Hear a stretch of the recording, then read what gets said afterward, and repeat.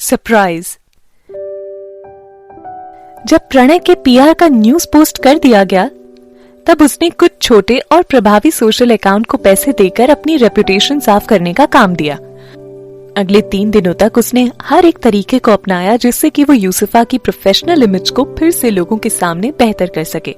एक बार फिर से उसने टीना के ऊपर ब्लेम डालना शुरू कर दिया था। लेकिन इस तरह की बातें कुछ दिन चलने के बाद ही पब्लिक इससे बोर होने लगती थी। जैसे ही कोई नई न्यूज आती है, फिर से इसी तरह की छोटी घटनाएं लोगों के दिमाग से उतर जाती हैं। ऐसे में लोग जल्द ही ये सब भूल जाएंगे और फिर यूसुफा अपने काम पर वापस लौट जाएगी। वो कुछ ऐसी ही उम्मीदें कर रहा था। यूसुफा को लेकर उनका ये प्लान था कि वो उसे टॉप 10 मॉडल अवार्ड को जिताने में मदद करेंगे और फिर ये अनाउंस कर देंगे कि वो पढ़ाई के लिए दूसरे देश जा रही है। उस वक्त वो आसानी से अपने बच्चे को जन्म दे सकेगी। प्रणय इस बच्चे को सिर्फ इसीलिए स्वीकार करना चाहता था क्योंकि वो यूसुफा उसका पहला प्यार थी और उसने कई साल उसके साथ गुजारे थे। इन सबसे बड़ी बात ये थी कि यूसुफा का फ्यूचर उसे काफी ब्राइट दिख रहा था। ऐसे में वो इतनी आसानी से इस पैसे के पेड़ को जाने नहीं देने वाला था।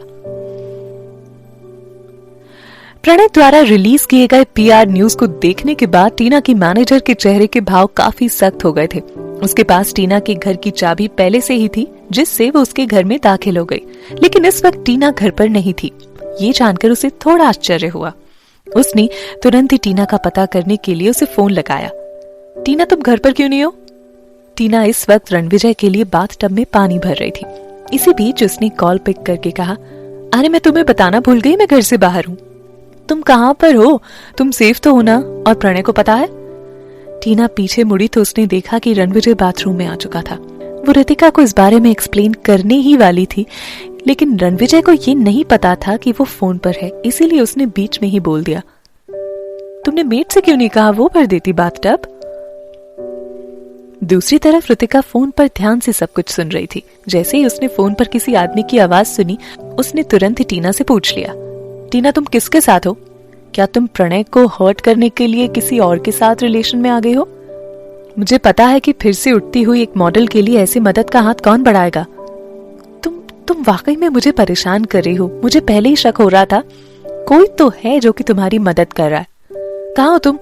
मैं तुम्हें आकर ढूंढ लूंगी। तुम्हें इतना नीचे गिरने की कोई जरूरत नहीं है। कहाँ हो तुम? मुझे बताओ। टीना को नहीं पता था कि क्या करना है। उसने फोन के माइक पर हाथ रखकर रणविजय की तरफ देखते हुए उसके लिए पूछा, मेरे घर बदलने की वजह से मेरी मैनेजर को थोड़ी गलतफहमी हो गई है, इसलिए मुझे उसे सब कुछ एक्सप्लेन करने के लिए थोड़ा बाहर जाना होगा। क्या तुम उस पर भरोसा करती हो?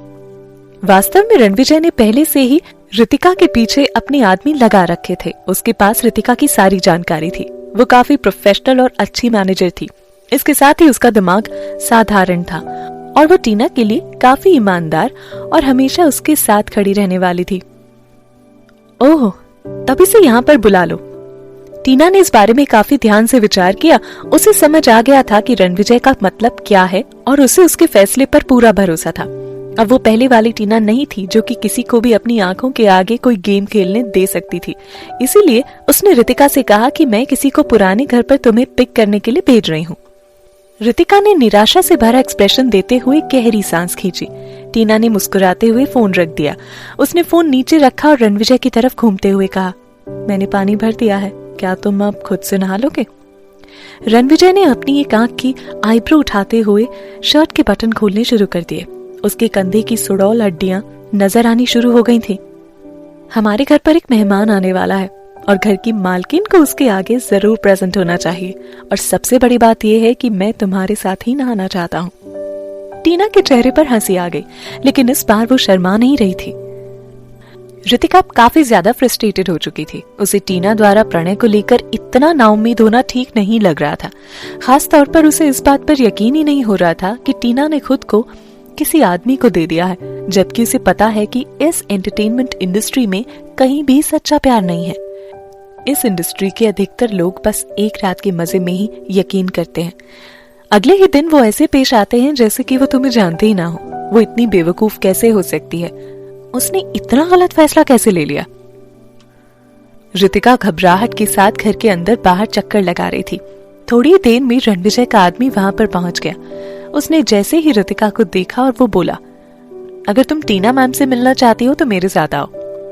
रितिका रणविजय को अच्छे से जानती थी, लेकिन वो इस शख्स को नहीं पहचान सकी, इसीलिए वो उससे ज्यादा घुल मिल नहीं रही थी।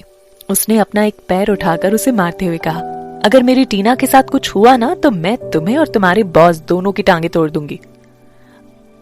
अचानक से रितिका की लात मारने से अपने बिगड़े बालों को संवारते हुए और दर्द से चीखते हुए उसने कहा, अभी इस बारे में बात नहीं करते हैं कि कौन किसकी टांग तोड़ेगा, पहले तुम मेरे साथ चलो।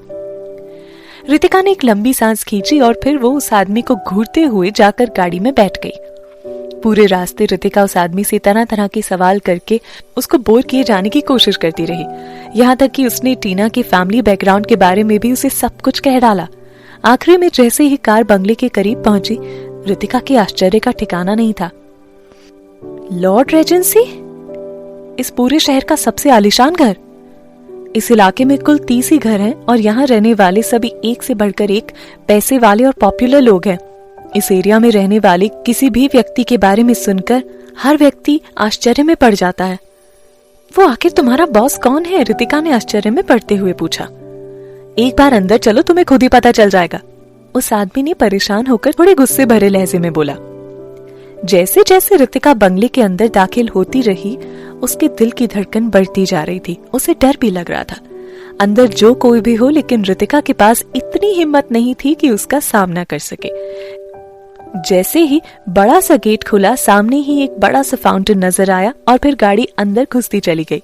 रितिका जैसे ही कार से बाहर निकली, 2 सुरक्षाकर्मी उसके बगल में आकर खड़े हो गए और उसे लेकर अंदर लिविंग रूम में पहुंच गए। टीना सफेद रंग के घर के कपड़ों में बड़े आराम से सोफे पर बैठी हुई थी। उसने कोई भी मेकअप नहीं लगाया हुआ था, फिर भी वो हमेशा की तरह काफी खूबसूरत दिख रही थी। टीना, ये सब क्या है? क्या तुमने खुद के लिए किसी अमीर बुड्ढे को खोज लिया है? रितिका ने टीना की तरफ देखते हुए परेशान होते हुए पूछा। तुमने प्रणय के लिए खुद को भी कुर्बान कर दिया है क्या? रितिका, मुझे तुमसे कुछ कहना है, तुम ध्यान से बस मेरी बात सुनो। टीना ने रितिका को सोफे पर बैठाते हुए कहा। बोलो, क्या तुम्हें नया बॉयफ्रेंड मिल गया है? नहीं, टीना ने अपना सर हिलाते हुए कहा और फिर वो मुस्कुराने लगी। फिर ठीक है, मैं शादीशुदा हूं। कुछ मिनट के बाद अचानक ही वो बोल पड़ी। क्या कहा तुमने? तुम शादीशुदा हो? किसने तुमसे शादी की? कौन अब तुम्हारी खुशियों के साथ खेलने वाला है? जब रितिका ये सब सवाल टीना से पूछ रही थी, तभी रणविजय अपनी बिजनेस मीटिंग खत्म करके ऊपर स्टडी रूम से नीचे सीढ़ी उतरते हुए आ रहा था। वो रितिका के सामने से होते हुए धीरे से टीना के करीब आया और फिर उसके कानों में कुछ कहा। टीना ने रणविजय की तरफ देखते हुए कहा, मैं जानती हूँ, बस आधे घंटे में आ रही हूँ। उसके जवाब से रणविजय के चेहरे पर खुशी झलकने लगी। उसने फिर रितिका को कुछ सेकंड के लिए देखा और फिर वापस सीढ़ियों की तरफ मुड़ गया। अभी कुछ सेकंड पहले यहाँ पर जो कुछ भी हुआ वो रितिका के होश उड़ाने के लिए काफी था। टीना, मैं कहीं ये सब सपना तो नहीं देख रहे? क्यों? टीना ने उसे दोबारा से सेंस में लाने के लिए थोड़ा सा जोर से बोला। तो तुमने जिस आदमी से शादी की है वो RR एंटरटेनमेंट के CEO रणविजय रावत हैं। ओहो, सच्ची में? रितिका ने एक बार फिर से इसे कंफर्म करने के लिए पूछा। तुम देख नहीं रही हो, यही वो हैं मेरे नए पति, टीना ने सीरियस होते हुए कहा। उसका उत्तर सुनने के बाद रितिका बहुत ज्यादा खुशी से बहुत ज्यादा गम की स्थिति में चली गई। इस बात पे कोई आश्चर्य नहीं है कि तुम्हारा आर्टिकल टॉप रैंकिंग पर क्यों था। प्रणय गुलाटी ने इतने पैसे लगाकर इसे हटाने की कोशिश की, लेकिन वो ऐसा नहीं कर सका। टीना, सच में ये बहुत बड़ा सरप्राइज था। तुमने बिल्कुल सही फैसला लिया है। अगर तुमने शादी कर ली है तो निश्चित रूप से तुम्हारे साथ वैसा नहीं होने वाला है जैसा कि तुम्हारे और प्रणय के बीच हुआ था। मैंने कभी नहीं सोचा था कि तुमने RR एंटरटेनमेंट के CEO रणविजय रावत से शादी कर ली। RR के आगे PG ग्रुप की कोई औकात ही नहीं है। वाकई में मजा आ गया। जब प्रणय को यह बात पता चलेगी तो उसका क्या हाल होगा।